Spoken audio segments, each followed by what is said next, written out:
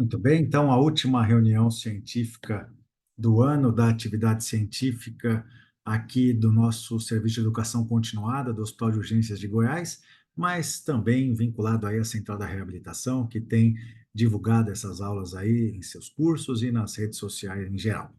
Hoje nós vamos discutir eventos diversos durante a mobilização, durante o exercício no ambiente hospitalar, o que esperar, como lidar, e a realidade é que o tema é muito pretensioso, então nós temos uma série de eventos adversos. E eu escolhi me aprofundar naquele que eu estudo há mais tempo, que vocês vão ver daqui a pouco, além de falar. Então, a gente não vai acabar falando de todos, não. Vamos falar focadamente em um deles, e como eu tenho feito nos meus estudos para lidar com essa situação, contar um pouco das histórias do dia a dia. Mas quando você pensa em mobilização, pessoal, sem dúvida em exercício, né, no hospital, você vai pensar no paciente, tem vários graus de paciente. O paciente muito grave, que vai estar na UTI, sedado, com droga, e eventualmente vai responder ao comando, vai estar com raios -2, -1, e aquele paciente que vai estar na enfermaria, são coisas totalmente distintas. Então vamos passar aqui pela aula para fazer essa reflexão. No final a gente bate um papo sobre aquilo que pode surgir. Eu só vi aqui os emocionados que estão com o microfone aberto. Grazi, por favor, já te silencio. Muito bem, então vamos lá. Aqui você tem um exemplo que eu estou vivendo hoje. Então, assim, paciente internada, hoje, estado de asmático. E vocês percebam que essa paciente jovem, 42 anos, entubada, né, por um estado de asmático, num grande hospital da capital, São Paulo. E essa paciente aqui, ela está nesse momento sob sedação com propofol, está com sedação com dormonite, estava recebendo ketamina há algum tempo atrás e ainda tem o analgésico fentanil. Essa paciente está acordando. Então, imagine isso, ela está com três sedativos diferentes. Na sequência dessa foto que foi tirada hoje, entraram com Precedex para ela, tiraram esses três e entraram com Precedex. Mas mesmo com três sedativos sendo infundidos nela continuamente, essa paciente abrindo os olhos, restrita no leito, batendo os pés na cama, ou seja, difícil sedar uma paciente dessa. Mas qual que é o lance? Conforme você repara nessas imagens aqui, você vai perceber que eu tenho aqui embaixo uma quarta bomba, né? Talvez aí uma quinta, né? E quando eu olho para essa quinta bomba, tá lá a Nora. E essa paciente foi internada por asmático.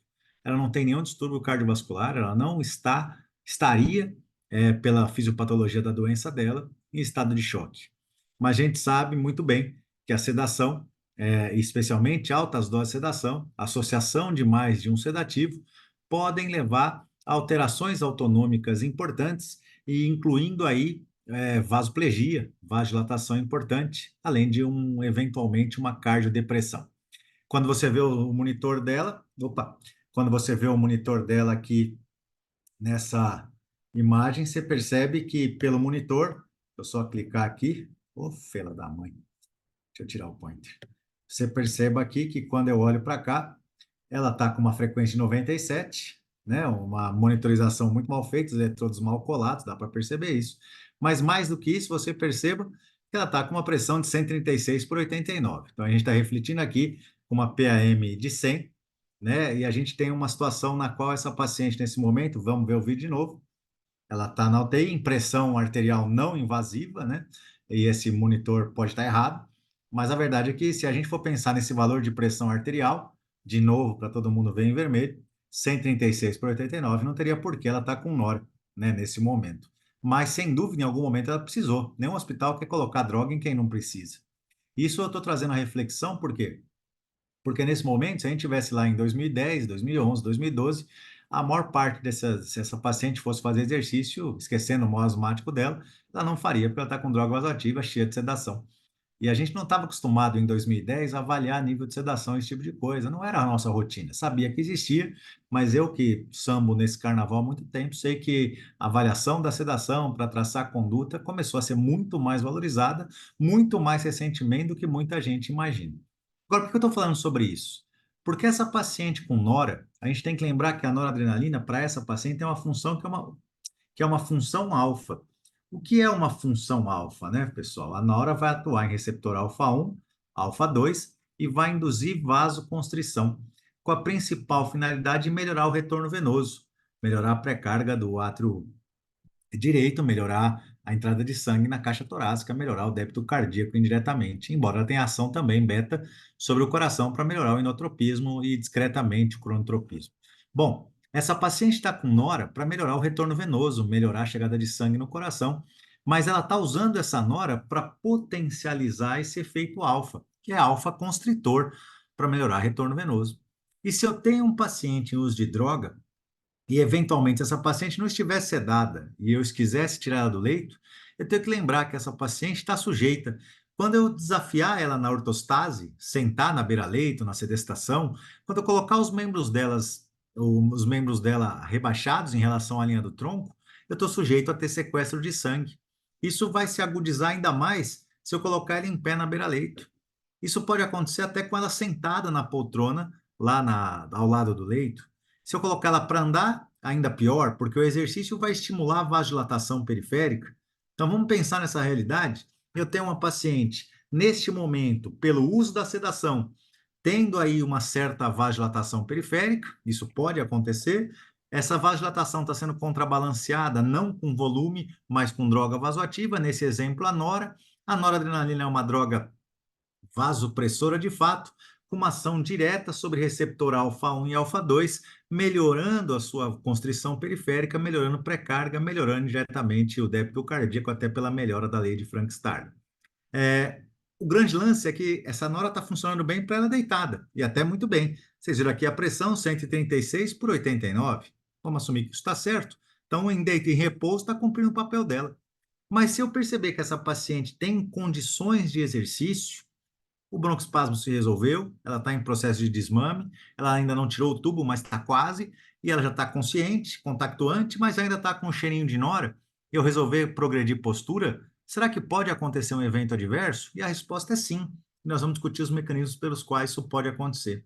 Porque vocês vão perceber nessa aula que o principal mecanismo que leva um paciente a ter intolerância, a ter falência, a ter um risco, está ligado também com disfunção autonômica, algo que a gente estuda há tanto tempo, né? Tanto eu quanto Chico, a gente vive discutindo isso. E os congressos todos se preocupam em discutir isso, nas mais diversas áreas, e no ambiente crítico, no ambiente de hospital, não é diferente. Então, quando eu penso em disfunção autonômica, pessoal, nós estamos pensando em várias causas que são neurogênicas, e aí você vai pensar no que vai chegar no paciente, por exemplo, um Guillain-Barré, alcoolismo, outros tipos de doença, né? Radioterapia cervical, agora porque nós vamos ver já já, outras lesões traumáticas, tipo lesões medulares, né? Cirurgias cervicais, simpatectomias que vão comprometer você, HIV, doença de Chagas, mas principalmente no hospital, é importante você pensar no evento hipotensor que está relacionado às causas secundárias, porque isso é muito comum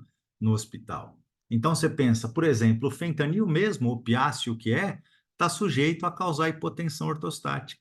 E ele está sendo usado naquela paciente, ela está na UTI, entubada, agitada, né, eventualmente com dor, e você vai pensar que essa paciente está lá recebendo uma série de drogas, dentre elas, está sujeita a estar tomando um antipertensivo, uma droga psicotrópica, vasodilatador, eventualmente, está sujeita a hipovolemia, desidratação, anemia, tudo isso é muito frequente no hospital. Então, eu quero que vocês entendam que se eu fosse somar todas essas causas aqui e trazer isso para o nosso paciente internado, muitas delas são potenciais.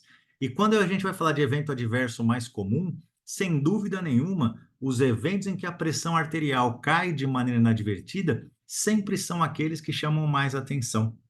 Então, eu quero trazer isso para a reflexão de vocês.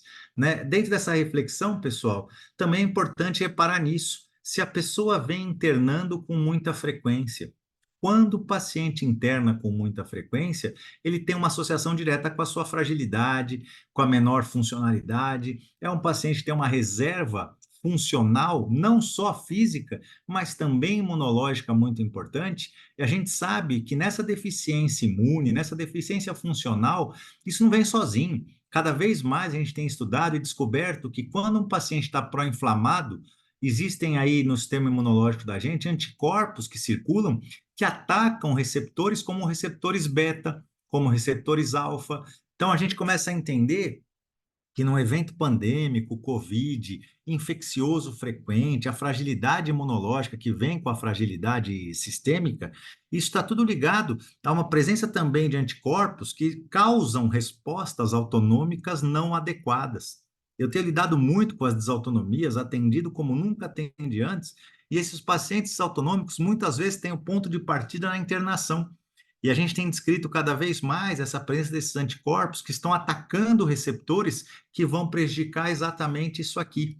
Então, você volta para esse caso, uma menina jovem, 41 para 42 anos, em estádio asmático, mas que um dia antes da internação teve uma série de manchas roxas no corpo, teve uma série de manchas avermelhadas sobre a pele. Isso a gente chama de dermatite atópica, quer dizer, o sistema imune dela está se voltando contra ela mesma. Então, isso começa a comprometer os mais diversos sistemas. Essa paciente chegou no hospital com uma saturação de 90% e é uma saturação que não justificaria a perda de consciência, mas do nada ela perdeu a consciência, convulsionou, rebaixou e foi entubada para proteger via aérea. Então imagina, ela não foi entubada pelo mal asmático diretamente, o estresse daquela ansiedade, do uso de corticoide, uso de beta-2 agonista para poder tratar esse broncoespasmo, junto a essa situação do sistema imunológico ativado, levaram ela a uma situação na qual a pele dela contou uma história, o pulmão dela é hiperreativo, e essa paciente, quando chegou ao hospital, teve uma perda de consciência. Essa perda de consciência foi seguida de uma crise convulsiva. Claro que ela não é epilética, nunca foi, mas a hipoperfusão encefálica resultou numa convulsão, que resultou numa intubação para proteger via aérea, e agora ela está no processo de desmame da ventilação. Eu estou intermediando esse processo, ela estava em pressão controlada, agora em pressão suporte, parâmetro mínimo, passou dessa sedação que vocês viram para o Precedex, e a ideia amanhã é progredir a extubação dela para poder estimular que ela não fique na UTI mais tempo do que deveria. Mas entender que ela teve um evento adverso, ela foi para o hospital por insuficiência respiratória, mas ela teve um evento adverso de hipotensão secundária a todo esse estresse pelo qual ela estava passando nos últimos dias. E acabou entubada, e isso pode mudar o desfecho dela. Está com nora agora, para vocês terem uma ideia. Então, trazer essa reflexão que às vezes não é tão simples entender o fenômeno, tem resposta autoimune, atacando o receptor adrenérgico, isso tudo pode comprometer a hemodinâmica, e a gente não pode, como especialista, descartar esse tipo de situação, que é muito frequente, só imaginar o número de coisas que eu estou relatando nesse slide. Bom, dito isso, a internação frequente, como eu disse, é um fator agravante, porque essa pessoa, quando interna, normalmente não fica fazendo exercício para caramba. A gente discutiu recentemente aí o tanto que a mobilização é subutilizada, o tanto que o paciente acaba permanecendo no tempo mais do que a gente gostaria. E esse fato de permanecer no leito nas internações frequentes está ligado diretamente ao menor desafio postural. E os mecanismos que compensam a nossa pressão para manter a perfusão encefálica são muito relacionados ao movimento. Então, quando eu penso em evento adverso, entender que o paciente fica muito tempo sentado é um paciente que está muito suscetível a ter o evento adverso mais comum, que é a perda de consciência, não só pela resposta imunológica, mas também pelo desuso dos receptores que controlam nossa pressão. Traduzindo isso, o paciente acamado cai mais. E quem no hospital não fica acamado? A gente sabe, os estudos mais recentes, até de pessoas que estão aqui na aula hoje, mostrando que a maior parte dos indicadores de mobilização é associado à derrota. Quer dizer, os pacientes ficam muito na cama e só na cama. E quando vão sair da cama, o risco justifica de não tirar. Às vezes a pessoa fala, é porque quando eu tiro o paciente passa mal, justamente porque ele fica muito tempo na cama. Se a gente conseguisse reverter isso, seria mais fácil. Mas para falar sobre isso, pessoal, isso já está descrito há muito tempo, eu mesmo falei, volta e meia, eu falo nas aulas, sobre essa questão da ausência de gravidade da tolerância ortostática. E aqui você vê a pressão arterial batimento a batimento e vê o paciente que estava na cama, que resolveu ficar em pé, e num dado momento ele teve um sintoma de lipotímia, de pré-síncope, isso associado à hipotensão, né, na revista da SOCESP em 2010. Bom, por que isso acontece? Acontece porque quanto maior a ausência de estresse gravitacional, os sensores que regulam nossa pressão, envolvendo aí os receptores cardiopulmonares, que moram nos seus vasos pulmonares, mas especialmente no seu coração, e os seus sensores arteriais, que são chamados de baroreceptores arteriais, na aorta, nas carótidas, eles são muito sensíveis a movimento, mudança de postura. E todo paciente que permanece acamado é um paciente que tem diminuição da sensibilidade barorreflexa. O que isso quer dizer? Esse paciente, imagina que eu estou sentado aqui e vou levantar rápido. O que vai ter que acontecer? O vago sai, e entra o simpático para poder aumentar meu débito, fazer vasoconstrição periférica e empurrar o sangue para a cabeça. Imagina que quando eu fiquei em pé, o sangue vai querer descer para os membros inferiores, eu vou ter vasoconstrição modulada pelo sistema nervoso simpático, pelo alfa, para empurrar o sangue de volta. E eu vou ter o beta 1 aumentando minha frequência. Isso acontece porque minha sensibilidade barorreflexa é boa, porque eu faço exercício, me movimento frequentemente. Agora, o paciente acamado perde essa sensibilidade, o sensor fica preguiçoso. E como é que o corpo começa a funcionar quando o sensor fica preguiçoso? Se o sensor percebe, eu estou deitado, posso ficar vagal, o simpático pode ficar diminuído. Quando eu levantei, saio vago entre o simpático. E aí eu regulo a minha variabilidade. Saio do estado de repouso para o estado de atividade. Mas quando o sensor começa a funcionar mal, o que acontece é ele fica sempre disparando simpático para tentar manter constrição, para tentar manter débito, já que ele não sabe. Se você está deitado, se você está em pé, ele fica jogando adrenalina o tempo todo, noradrenalina o tempo todo, para garantir que você vai dar conta do recado. Então imagina, você tem um estoque de adrenalina na sua suprarrenal, a sua medula adrenal liberando isso o tempo todo pelo estímulo nervoso, você tem uma despolarização desses neurônios que vão liberar os neurotransmissores catecolaminérgicos aí para os seus receptores, e isso tem o tempo todo funcionando. O que, que vai acontecer? A hora que você precisar, você já meio que gastou a sua reserva. Você desensibiliza até os receptores. Se você pegar o seu receptor alfa, imagina que você tem um receptor alfa adrenérgico roxo aqui na parede do seu vaso. Mas se você ficar estimulando se você ficar estimulando com um neurotransmissor o tempo todo, o corpo faz um feedback negativo, ele começa a tirar a alfa do tecido. É como se fosse assim, quanto maior o estímulo que eu dou, quanto maior o estímulo que eu dou, menos receptores eu vou ter no vaso. Então, começa a entender, o paciente muito tempo acamado, ele tem uma tendência a começar a ficar hiperativo simpático. Essa hiperativação simpática na periferia vai tirando a sensibilidade dos receptores também. Então, o neurotransmissor começa a ter menos aquele mecanismo de chave e fechadura para poder encaixar. Seu vaso começa a não responder à adrenalina como responderia antes. Outro problema do imobilismo, isso quer dizer, você vai acabar ficando mais vasodilatado. Outro problema do imobilismo é que você vai ter menos volemia. Quanto mais dias parados, menor vai ser a sua expressão de eritropoetina, menor vai ser a sua absorção de líquido, você acaba ficando hipovolêmico e muitas vezes anêmico também. E se você diminui o volume de sangue, você diminui pré-carga, diminui um mecanismo importante do Frank-Starling, né? Você vai perder sua reserva constritora justamente pelo mecanismo que eu expliquei para vocês, e a associação dessas coisas junto com a perda de função muscular, o que que o músculo tem? Quanto menor a sua captação periférica de oxigênio, menos mitocôndrias você tem. O que acontece? Quando o sangue chega no músculo, o sangue vai ter que ser aproveitado, o oxigênio, os nutrientes que vão chegar naquele músculo. Mas quando você tem menos mitocôndria, o oxigênio sofre para fazer a sua função.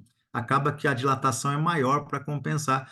Quanto menor a presença de mitocôndria na musculatura periférica, mais seu corpo fica suscetível a sentir falta de oxigênio. E qual a resposta reflexa? Vasodilatação para caramba, para tentar fazer chegar sangue, para tentar manter a vida. Então, você tem mecanismos autonômicos que fazem vasodilatação, pela perda de sensibilidade, pela hiperresponsividade simpática, pela menor capacidade mitocondrial de captar oxigênio, tudo isso vai induzir vasodilatação numa situação de hipovolemia. Acaba que isso aqui tudo leva você a cair para caramba. E é claro que eu não vou explicar os detalhes disso tudo aqui agora. A fisiopatologia é muito complexa, mas você precisa saber. E ainda bem que tem nos artigos aí e tenha acesso a gente para poder conversar. Porque basicamente o que a gente tem que saber é isso aqui, ó, pessoal. Bem basicamente, quando eu estou pensando em controle neurovascular, e a palavra é bem essa, neurovascular, eu tenho eferência simpática, aferência glossofaríngea, mas você perceba, lá da sua a crosta da aorta, do seu botão aórtico, você tem situações nas quais o paciente vai perceber, esses vasos vão perceber as variações de pressão. Então, imagina, se a pressão começar a cair, esses sensores vão perceber que a pressão está caindo, vão levar um estímulo aferente e vão falar, campeão, está faltando pressão lá na periferia, o sangue está faltando na caixa torácica entre o coração e o cérebro. E a resposta aqui para o centro vasomotor, que vai partir do centro vasomotor, vai ser inibição do vago e estímulo simpático. Para quê? fazer vasoconstrição, estimular crono e tropismo. Então, imagina, se você começar a ter sequestro de sangue, o que você espera é que o seu baroreceptor arterial carotídeo vá perceber isso nos ajustes rápidos de pressão, vá levar pelo nervo glossofaríngeo, para o centro vasomotor, a sua informação, e a eferência vai descer pelo vago, inibindo o vago, e pelo simpático, estimulando o simpático para fazer vasoconstrição e aumentar o próprio débito cardíaco pelo estímulo crono e inotrópico. Isso é muito normal, mas o que eu acabei de falar para vocês? O paciente acamado perde essa sensibilidade. A aferência é preguiçosa, a resposta é ruim, e acaba que você não tem a compensação que você gostaria. Então, isso a gente chama de falência autonômica, é uma desregulação, é o que a gente chama de desautonomia. Então, nessa aula, é muito importante refletir sobre o padrão desautonômico que compromete resposta hemodinâmica frente à ortostase, frente ao exercício.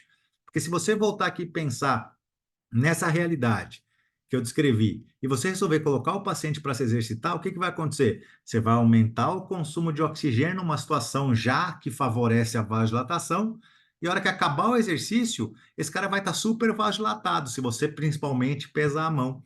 E o que acontece? Essa sequência de sangue é mais importante, falta sangue na cabeça e vem a perda de consciência. Então, é uma reflexão, assim, muitas vezes repetindo até a mesma coisa, justamente para você firmar isso aqui, entender melhor um mecanismo que é tão importante, que os esquemas explicam, mas que os esquemas nem sempre são tão fáceis quanto a gente discutindo juntos aqui no nosso momento, né? Então fica essa reflexão. E eu sempre mostro essa imagem, todo mundo já viu isso, quando o colega, um bom fisioterapeuta, resolve fazer exercício com o paciente, mas exagera nessa posição.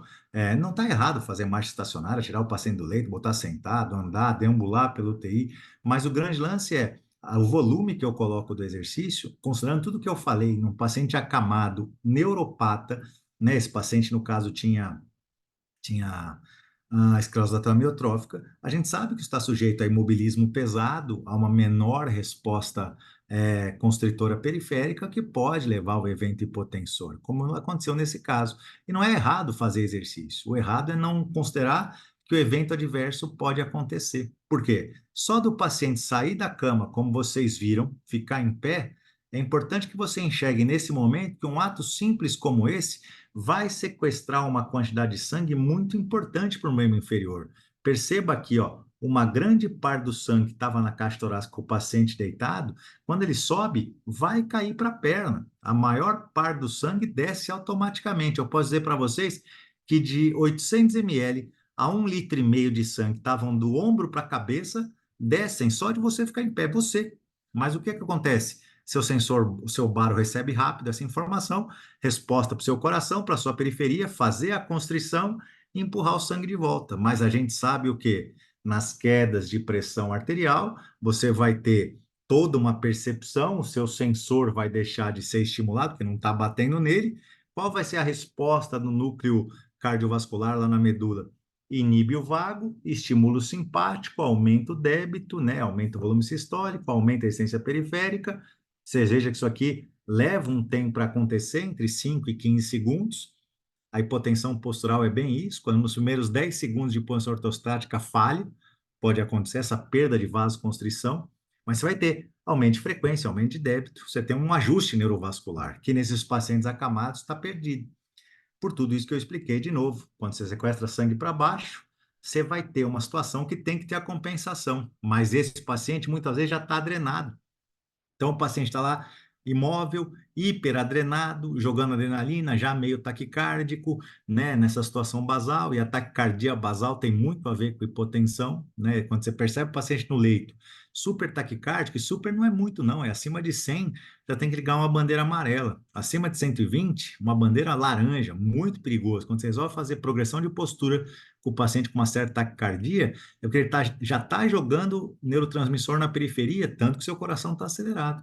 E às vezes essa capacidade constritora vai estar prejudicada, muitas vezes isso vai estar prejudicado. Então ele vai perder a capacidade vasoconstritora, acaba tendo uma vasodilatação que não é legal, o que sequestra mais sangue que eu gostaria para a periferia. Né? Isso, se você ainda tiver, só falando de evento adverso no hospital, se o paciente tiver uma infecção intestinal recente, é lembrar também que as suas vísceras sequestram muito sangue para elas, especialmente numa situação infecciosa, de diarreia, né, de constipação, ambas sequestram sangue.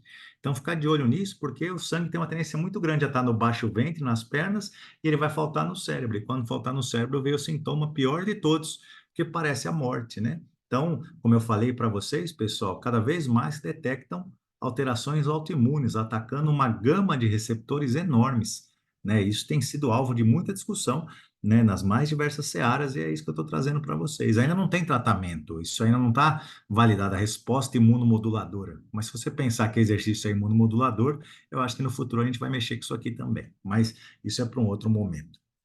Agora, a definição de hipotensão ortostática nesse evento adverso comum, por tudo que eu expliquei, tem que ver com isso aqui, na definição que vem dos critérios desde 2011, uma queda sustentada da sistólica que passa de 20 milímetros, ou da diastólica que passa de 10, especialmente nos primeiros 3 minutos da posição ortostática. Fica muito de olho nos primeiros 10 segundos, tá?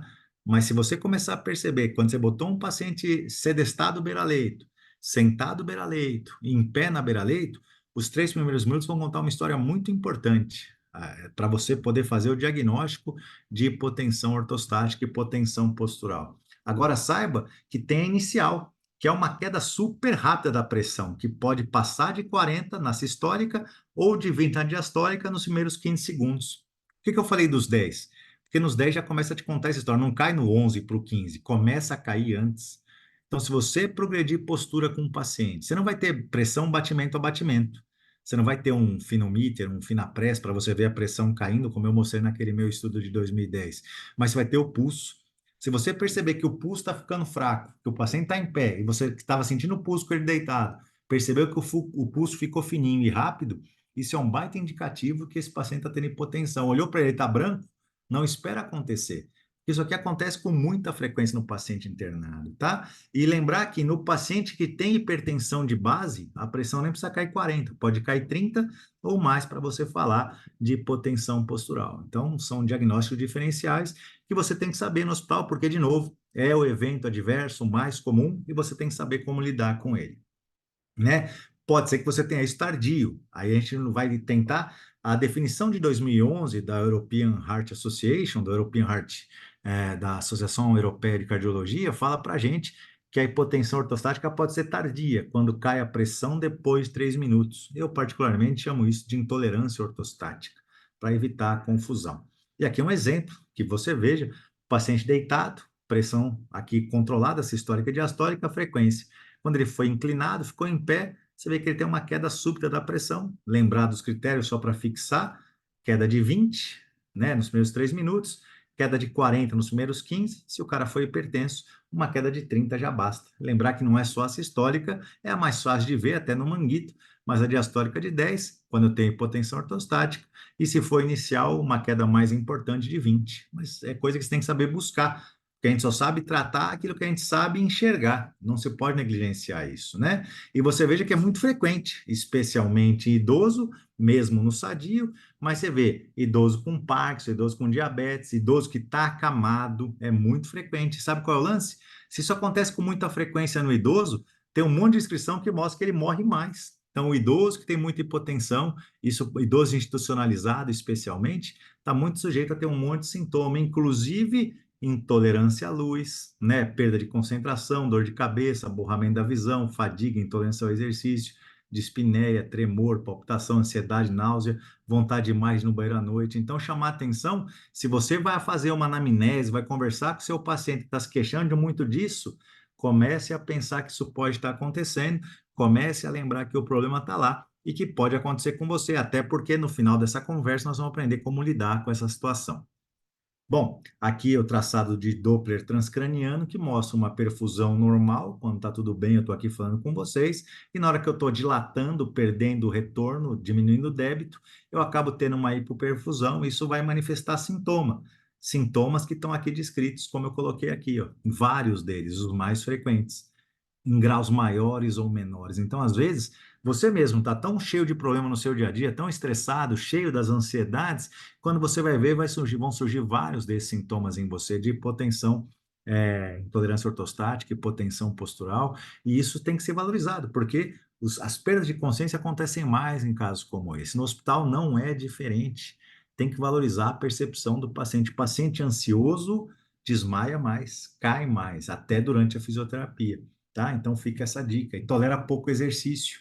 Então usa a simplicidade. Se você botou o cara para fazer um exercício simples e se você botou o cara para fazer um exercício simples e você percebeu que ontem o Borg dele foi 3 e hoje foi 6, pode ser simplesmente isso aqui: intolerância ao exercício. Se ele cansou mais para a mesma carga de trabalho, assuma que ele pode estar mais desautonômico, isso pode levar a mais hipotensão, mais queda, mais trauma, mais complicação. A gente tem que lembrar da fisiologia. Nosso sistema nervoso, por tudo que eu expliquei, o alfa, o beta, no seu coração, os beta 1 dando poder aí pelo estímulo simpático lá da sua medula especialmente, pela saída do vácuo, pela periferia, pela capacidade constritora, isso vai estar prejudicado mesmo. O paciente, quanto mais grave, acabei de mostrar o exemplo aqui, estou vivendo isso agora, super aflito, com uma mulher que é minha comadre, que é uma pessoa que eu gosto muito, e está lá entubada nesse momento. Fiquei falando com o meu melhor amigo lá, um cara de São Paulo que cresceu comigo, está com a esposa lá num momento de muita aflição e numa situação na qual está passando pelo problema, né? Então, eu estou meio sensibilizado por causa disso. Então, a gente tem que entender que esse paciente hiperativo simpático é o paciente que tem mais intolerância, é o paciente que cai mais e que tem uma menor reserva constritora. A pessoa normal, quando precisa fazer constrição, faz. O paciente desautonômico não faz. E esses pacientes acamados, pacientes internados, pacientes hospitalizados, infectados, têm um quê de desautonomia, pessoal. Eles não têm a mesma capacidade de reserva cronotrópica e inotrópica, não tem a mesma capacidade constritora. Isso é muito ruim. Então, alteração barorreceptora, alteração imune, alteração inflamatória, tudo isso puxa a vasodilatação. Isso é muito ruim. E aí você começa a aprender como lidar com isso. Vamos imaginar que o paciente estava aqui, começou a ter o sintoma, a pressão dele está caindo, e se você estiver lá na beira-leito e perceber que isso está acontecendo, tenta fazer o paciente sentar o mais rápido que ele puder, porque evita um trauma, mas se você não conseguir, começar a lançar mão de medidas como as contramanobras, em que uma contração isométrica importante corta essa dilatação, e você veja aqui, quando o bonequinho resolve dobrar as pernas, a pressão que estava caindo deixa de cair. Isso não pode ser ignorado por um paciente de hospital, por um fisioterapeuta de hospital, porque é isso que vai acontecer com você no hospital. Às vezes, quando o paciente começa a passar mal, você começa a andar com ele mais rápido para ver se ele chega a algum lugar para sentar. Tudo errado. Porque se ele andar mais rápido, vai dilatar mais ainda, ele vai desmaiar mais rápido. Então, se você souber como lidar com aquele fenômeno na hora que você está deambulando no corredor, é muito mais fácil. Agora, o que acontece é que eu vejo, não é porque eu estou inventando, é porque eu vejo. O paciente começa a falar, não estou legal. Aí você começa, então vamos andar rapidinho para chegar lá no quarto. E quando andar rapidinho, quanto mais esforço ele fizer, mais ele vai consumir oxigênio, que já não chega legal porque ele não está bom de mitocôndria. O que vai acontecer? Uma baita dilatação. Aí ele desmaia mesmo. Então você tem que saber lidar. Você vê uma contração isométrica de membro inferior, corta o desmaio e corta pra caramba. Quando ele contrai, isso corta o desmaio em mais de 90% dos casos. Isso é o que acontece no hospital. Então, saber lidar com isso, fundamental. E aqui eu vou dizer outro exemplo, ó, no livro lá do Profísio. Então, outro exemplo de contramanobra, veja a descrição aqui. Ao primeiro sintoma de perda de consciência, unir as mãos pelos dedos, em frente ao externo, manter o cotovelo elevado na altura do ombro e iniciar a contração isométrica para afastar as mãos uma da outra. Se você fizer isso, o sintoma cessa, pessoal. Então, conhecer as contramanobras, seja o leg crossing aqui, o agachamento, seja a isometria de membro superior, super fácil de fazer, ter o mesmo efeito em termos de retorno venoso, de aumento da pressão arterial, para você poder abortar um quadro desses, que é um evento, volto a falar, dos mais frequentes, e todos os estudos, seja Harvard, seja John Hopkins, fala a mesma coisa. O evento mais frequente é queda inapropriada da pressão arterial sistólica com sintomas. E isso é o que a gente tem que saber lidar.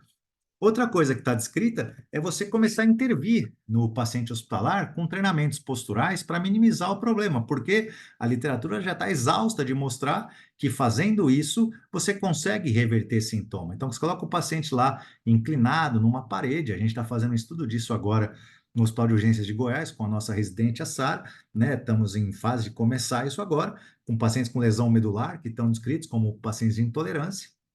E quando a gente começa a fazer o treinamento postural, né, a gente começa a reduzir problemas. Então, veja, se não tiver uma prancha ortostática, dá na mesma colocar o paciente em pé, com as costas contra a parede, os pés a 15 centímetros dela, o braço e a cabeça livre para movimento, se ele conseguir se mexer, né? E a posição fixa por 30 minutos ou menos, de acordo com a situação. Tem pacientes que eu faço 5 minutos e vou aumentando para 6, vou aumentando para 7. Isso até durante a internação. E sabe, eu vou dar um exemplo aqui de um estudo que a gente já fez, né? Já voou alto esse estudo, e saber que isso aqui pode minimizar o evento tão frequente da hipotensão. Só que não faz parte do plano terapêutico das pessoas. De novo, o que eu quero numa entrevista? Eu quero pessoas que me sugiram realidades que os outros não sugerem. Todo mundo vai pensar remover secreção, até prescrever exercício, mas o que que é raro? Lidar com dor, lidar com hipotensão postural, entender a fisiopatologia disso, né? E aí, quando eu começo a pensar, os colegas já mostraram isso, ó. A pessoa que faz treinamento postural, ela melhora a reserva constritora. Aqui você vê, ó, a pressão arterial fica maior quando a pessoa está em pé, o débito cardíaco maior quando a pessoa está em pé, treinando em 9 sessões de exercício consecutivas nesse estudo. Isso também acontece no paciente internado, tá? E por que que isso acontece, né? Outro estudo já mostrou isso muito bem, o estudo do Haybrook, né? Ele mostrou isso para a gente, ó. Quando eu botei o paciente fazendo treinamento postural, o que acontece é que eu melhoro a reserva constritora. Ele saiu de 98 e foi para 111, a capacidade constritora, isso, fazendo isso dentro do hospital, né? E aí depois, quando ele continuou fazendo isso em casa, aumentou ainda mais para 114. Então, você está vendo um incremento da capacidade de fazer vasoconstrição periférica na maior revista do mundo de cardiologia atualmente, né? Então, reflexão: se eu colocar o paciente seriadamente na parede, como vocês estão vendo aqui, eu estou tratando esse paciente, mas eu quero andar, eu quero fazer. São focos diferentes. Então, por que que de manhã não posso trabalhar isso aqui, à tarde trabalhar exercício, alternar, né? Por que eu não posso fazer isso e tem lugar para isso? Porque isso aqui evita o principal evento adverso da sua internação. Mas não é comum, né? Pode até ser questionado por quem desconhece, quem não estuda. E aí você vê, é referência de alto rendimento falando sobre esse assunto, tá, pessoal? E a gente lembrar que a ausência de gravidade, então, é o que nós temos que leva a isso aqui, que é o que nós temos. Então, como é que eu posso tentar minimizar? Fazendo esse tipo de coisa. E aí você veja, esse paciente que eu comecei mostrando, quando foi se progredir a ideia, ele teve a descrição de hipotensão postural após deambulação, né? A intolerância ortostática, a queda da PAM para menos 55, normalmente assintomático, estão correndo volume nele, já está na poltrona deitado, né? É legal falar que está na poltrona deitado, né? Mas volta ao leito, assintomático, aquilo que eu falei. É claro que ele está assustado, porque ele achou que ele ia morrer. Mas a hora que o Ringer correu, a pressão subiu. Ainda não está linda, mas já está acima de 90. Daqui a pouco a sistólica chega acima de 90, ele vai estar assintomático daqui a pouquinho, como aconteceu aqui, ó. Esse paciente está bem para retomar o exercício, lógico, numa intensidade menor, desmistificando o evento. Agora, se nesse momento que a pressão caiu, correr o Ringer não está errado, né? Elevar o membro inferior não está errado. Se eu tiver perto dele, mas será que na hora que ele estava andando, né? Ó, após a deambulação, chegou na poltrona com 47. O que que eu falei? Se nesse momento se faz uma contramanobra, eu aborto esse episódio com muito mais precocidade, às vezes sem correr o Ringer. Porque o ringer pode funcionar muito bem, beleza? Só que às vezes o paciente já está com sobrecarga de volume, tem uma insuficiência cardíaca, eu não quero dar volume para o paciente, não quero ligar uma droga vasoativa, que poderia ligar também, não é o fim do mundo. Mas se eu tenho uma contração isométrica que pode abortar o caso, por que não fazer, né? Então a reflexão que fica. Porque, de novo, está muito bem descrito o fato que quando eu faço uma simples contração apertando uma bolinha, a hora que comecei a apertar, a pressão bomba. Isso aqui melhora diretamente a perfusão encefálica e tira o sintoma do mal-estar. Então, como é que eu não vou fazer uma coisa que tem que ser alardeada mesmo, que a maior parte das pessoas nessa reunião aqui na vida acaba que não pensa nesse tipo de evento. Então, é por isso que eu estou trazendo. Então, e quando eu coloquei isso para falar sobre essa tolerância, sobre essas questões, né, isso chamou atenção na época, porque é um trabalho bacana, né? E nessas condições, você pega uma população super acamada aqui, que foi submetida a treinamento postural, e aí, conhecendo a contramanobra, o treinamento postural, contar um pouco dessa história para vocês. Então, eu queria ver, será que esse treinamento postural melhora esse balanço autonômico, essa tolerância ortostática? Né? Nesse exemplo, pacientes com HIV que estavam internados na enfermaria por infecção pulmonar, olhando variabilidade, está aí o Chico, o H10, o Cubius, o Elite, HIV, o que quer que você queira usar, o Flow da Polar, mas não podemos mais tirar isso do hospital. Né? Você tem que ser especializado, né? Especializado no que você faz. Não é só prescrever exercício com FIT e VP que já está tudo bem, falamos sobre isso várias vezes, mas pensar no que pode acontecer de errado e no que pode e como lidar com isso. Então, nesse estudo, com 31 pacientes jovens, né, a maior parte homem, com HIV, na enfermaria por menos 7 dias, sabe o que é interessante? A verdade. Esse paciente, mesmo fazendo fisioterapia na enfermaria, fica deitado o dia inteiro. E o ato de estar deitado leva ao desuso autonômico, que leva ao sensor ficar menos sensível e a resposta ser menos efetiva. Então, quando a gente fazia o estresse postural com o paciente, a gente percebeu que nesse paciente que era submetido a um teste de inclinação no 8º dia, ele ficava lá por 40 minutos o primeiro sintoma. E o que acontecia? Sequestro de sangue para membro inferior, diminuição do retorno venoso, coração batendo mais vazio. Isso pode levar a uma hiperativação simpática para tentar compensar, tirar o vago, mas chega uma hora que essa hiperativação simpática não dá conta de melhorar o retorno venoso, por tudo que eu expliquei, entra um reflexo vagal, que é o besoujariche, você tem uma baita bradicardia, uma baita vasodilatação e cai no chão para desespero de todo mundo que está fazendo isso. Eu tenho trabalhado muito com pacientes de cirurgia bariátrica, estou estudando esses pacientes em pesquisa. Precisa ver como é que é. O paciente é estimulado. Antigamente, quando fazia bariátrica, ficava deitado na cama. Agora eles botam para andar rapidinho, o que para mim é ótimo, para evitar intolerância ortostática. Mas se aquele cara gigante cair, é um maior desafio para levantar, pessoal.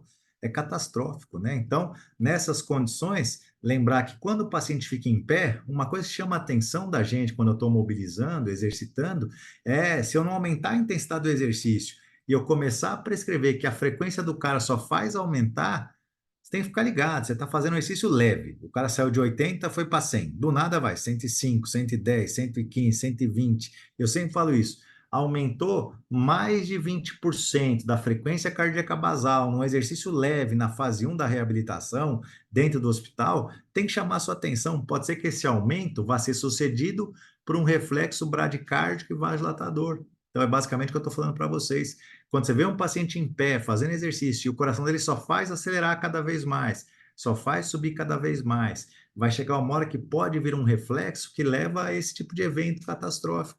Então, fica de olho na frequência. Está fazendo exercício, ela tem que subir de acordo com a intensidade. Mas se você não está aumentando a intensidade e a frequência continua aumentando, você está facilitando um evento de hipotensão. E isso você não quer que aconteça, né? Então é bom ficar de olho nesse tipo de coisa. Outra coisa, esses pacientes, quando foram estressados aqui dentro da enfermaria, sabe o que é legal? 61% da amostra teve sintoma de intolerância ortostática. E esses caras que tiveram um teste positivo foram divididos em 2 grupos. Todo mundo fazia fisioterapia no hospital, viu? Fazia exercício, do jeito que vocês veem falando aí, não era mentira. Mas, além do exercício, sabe o que eles faziam? Treinamento postural. Esse que eu mostrei para vocês. O cara em pé, com as costas na parede, 15 centímetros, 30 minutos, diariamente no hospital. E outro grupo só fazia fisioterapia, tomava remédio igual, mesma doença de base, mesma causa de internação, mesmo tempo de internação, mas alguns, você veja aqui, ó, quase 2/3 tiveram sintoma quando ficaram em pé muito tempo. 2/3 nesse estudo. Eu tenho outro estudo que mostra mais ou menos isso também.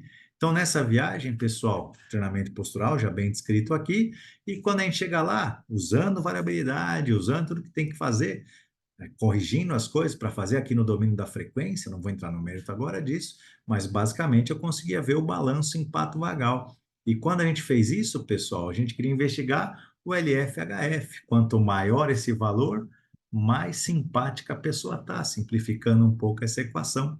O LF mais baixo tem a ver com predomínio vagal, o LF mais alto tem a ver com predomínio simpático, o LF-HF, né? A relação índice LF-HF. Então, quanto maior esse valor, mais suscetível ao evento, porque a hiperativação simpática tem a ver com hipotensão, né, nesses pacientes acamados. Então, dá para você fazer uma avaliação usando variabilidade, por isso que é importante que a gente esteja discutindo a reabilitação cardiovascular no ambiente hospitalar. Eu acho desvantajoso, sabe? Assim, quando eu vejo o especialista em terapia intensiva lá, título, não sei o quê, COFITO, bebê, mas o cara às vezes não sabe esse tipo de coisa, eu falo, mano, ele não sabe lidar com o evento adverso. Porque sem estudar sistema nervoso autônomo, você não está ligado no que é o evento adverso mais frequente, você vai comer bola. E conhecer a ferramenta hoje com um frequencímetro e com um software gratuito e você não souber usar, só está errado mesmo. Então, nessa viagem, pessoal, quando eu vou sentir, veja que legal, ó, quando eu vou ver quem fez treinamento postural em relação a quem não fez, só fez exercício no hospital. Olha que interessante, não mudou o dia de internação, eles ficaram internados em média 15 dias, 7 mais 8, 7 mais 9, né, de 15 para 16 dias. Olha que interessante, quem fez treinamento postural, só um paciente continuou um teste positivo, quer dizer, tendo sintomas, os outros pacientes que só fizeram fisioterapia, 2/3 continuaram sentindo. Quer dizer, aqui você veja, tem diferença. Fazer treinamento postural dá muito menos hipotensão no paciente internado. E sabe o que é legal também? Quando eu vejo tempo de positivação, esses caras passaram mal com 17 minutos em pé. E esse cara que fez, o único cara que passou mal, esse cara aqui que passou mal, ele aguentou 30 minutos. O que é mais legal é que no primeiro exame dele, ele aguentou só 12. Então, esse paciente, mesmo aquele que ainda passou mal, né, fazendo treinamento postural, ele aguentou 18 minutos a mais, mesmo ele ganhou tolerância ortostática. E quando eu olho a variabilidade, o curioso é que antes de começar o protocolo, todo mundo estava hiperativo simpático. O grupo de treinamento postural estava até mais. Quanto maior esse valor, mais ativo simpático o paciente está. Então, é normal. Na internação, a hiperativação simpática. Mas sabe o que é bacana também? Quando eu vejo o efeito do tratamento, o efeito da fisioterapia. O paciente controle, pessoal, olha o que aconteceu com o simpático dele. Aumentou ainda mais, mesmo fazendo fisioterapia. E o aumento do simpático predispõe à resposta. Agora, o paciente em treinamento postural, olha que bacana, ele teve atenuação da atividade simpática. Quanto mais maior a queda, menos evento de disparo de reflexo, de bradicardia, vasodilatação, menos evento de resposta deficitária, né, da capacidade constritora ele vai ter. Então, é um sinal de modulação com uma intervenção da fisioterapia. Isso é muito interessante. E a conclusão, então, fazer isso no hospital tem potencial de minimizar a intolerância ortostática, é o evento mais comum. E se tiver, ainda usar a contramanobra para abortar. Mas se eu fizer as duas coisas, eu estou protegendo o meu paciente com uma intervenção de físio, né? Isso é muito bacana. E quando eu tenho esse predomínio simpático, isso favorece reflexo e isso acontece no controle. Então, a fisiologia é bonita, né? A hipótese, ó, quando eu tenho uma maior ativação simpática sobre o coração, que em quem não fez treinamento postural, estou mais sujeito a ter o evento de perda de consciência, de hipotensão, porque essa contração ventricular severa vai acontecer, vai estimular fibras que dão reflexos inapropriados, besouro-jariche, coisas que eu não quero pontuar profundamente agora, mas é para trazer a reflexão mesmo de todo mundo sobre como lidar com um problema que é tão frequente. Então, basicamente, o conteúdo da nossa reunião hoje era esse aqui nos primeiros 49 minutos. E agora, interromper a gravação, agradecer a todos aí pela presença e abrir a discussão para os presentes 33 bravos aqui, depois de muito ano de aula, né? É difícil dia 20 de dezembro ainda estar aqui. Tchau, tchau para todos.